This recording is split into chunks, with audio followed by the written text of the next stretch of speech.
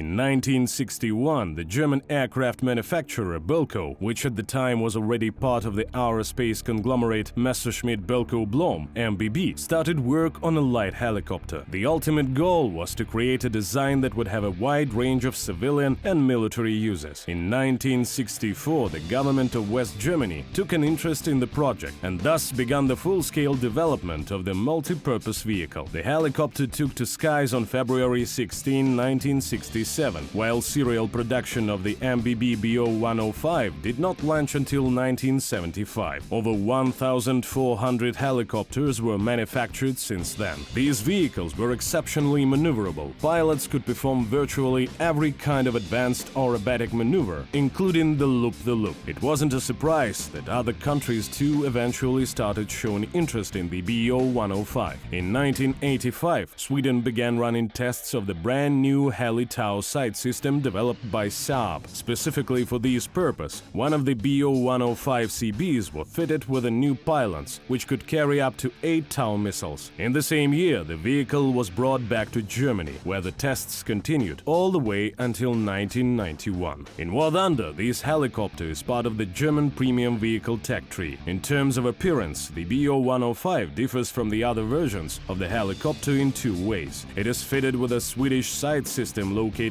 over the cockpit, and it carries a modern armament consisting of 8 BGM-71 tow-guided missiles. These ATGMs are capable of penetrating up to 630 mm of armor steel, and while this may not be the most impressive missile penetration depth, it is also worth noting that the BGM-71 tows can reach a speed of 296 meters per second, meaning they are the fastest ATGMs in the game. In other terms, 2.5 kilograms of explosives will reach their targets so fast they won't be enough time for anyone to dodge. Moreover, there is no delay between the launch of each missile, so should you ever find yourself in a stacky situation where you can no longer retreat, you can just fire an 8-missile salvo at your opponents. Obviously, you will not be able to guide the missiles, but that won't make them any less deadly. The vehicle's powertrain consists of two US Allison 250 C20B 420 HP turboshaft engines, which allow the Whirlybird to reach a speed of 242 km per hour. These characteristics might seem average for a helicopter, but they more than suffice for the light as a further BO-105. On the flip side, the armor is completely non-existent, so unless you make good use of the vehicle's bruising armament and fantastic flight characteristics, the delicate crew can only hope for a miracle to help them survive the battle. That being said, the body of the helicopter has quite high G-force tolerance, and fluttering only occurs at 480 km per hour. Furthermore, the skids will warn you should something go wrong, that they will come unfastened at 400 km per hour. The crew consists of two brave souls, the pilot and the gunner, who are constantly pondering who they should focus on fighting, the SPAAG firing at the vehicle or the never-ending G-force overloads. The sight system is located well above the cockpit and boasts a spacious field of view, with a horizontal angle measuring just over 180 degrees and the vertical angle high enough to provide you with a good idea of what's happening below. To put it briefly, you will have to try very hard to lose sight of your target, so in the majority of cases you will be able to constantly monitor the battlefield, regardless of where and how your helicopter is positioned. Moreover, the excellent zoom capabilities and sight stabilization system will make aiming a whole deal easier. In combat, there are two different tactics you can employ when piloting the BO-105 CB-2. Either one works as well as the other. Firstly, you can make the helicopter float in mid-air and lazily fire its ATGMs from somewhere safe at the totally unsuspecting enemy vehicles. The lethal combo of the excellent sights and fastest and most modern missiles in the game should make this activity twice as fun for you. Just don't forget to enable target lock-on by pressing the F button. As for the rest, you'll just have to get used to the way the missiles behave, and once you do, you'll be on fire, just like those airborne targets you'll be shooting down. The second tactic is simply based on engaging in dynamic battles. Thanks to the helicopter's high maneuverability, it is possible to take things to a more close-quarters level. Just make sure you shift your offensive position from time to time by performing passing attacks or other air combat maneuvers. It is also highly important to take distance from the ground. We recommend an altitude of 1.5 kilometers, as this will ensure you're safe from enemy tanks and AA vehicles and should provide ready with sufficient space for performing a steep speedy dive or any other maneuver. With this tactic, the BO-105 CB-2 can cover the entire battlefield, leaving no place for the enemy to hide regardless of the terrain. Besides, these tiny bird eye possess a real threat to the aircraft as well. Once you've gotten used to the missile's behavior, you don't have to worry about getting into dogfights with other helicopters. Just make sure you take your time and find a good firing position where you can force the heavier and less maneuverable vehicles to make a mistake. The ATGM's speed characteristics even allow them to catch up with the jet aircraft with ease. Besides, the helicopter's exceptional maneuverability allows you not to just dodge enemy attacks or show off your Cuban 8 skills, but also to capture areas with ease. Unlike its heavy and clumsy brethren, the BO-105 can land pretty much anywhere. Just make sure that there are no enemy ground units around and the terrain provides enough cover. So if you decide to go for the capture, make sure you choose the areas that are as far away from all the action as possible, and triple check for any enemy units in the vicinity. Overall, the BO-105 is the ultimate machine of death for players skilled enough to control vehicles with their eyes closed. Just practice for a week and you'll become completely unstoppable. Still, considering the fact that this helicopter can find its way out of seemingly impossible situations, even rookie players should take great pleasure in piloting the BO-105. You can find more detailed information about the BO-105 CB-2 and BO-105's other modifications in the War Thunder Encyclopedia.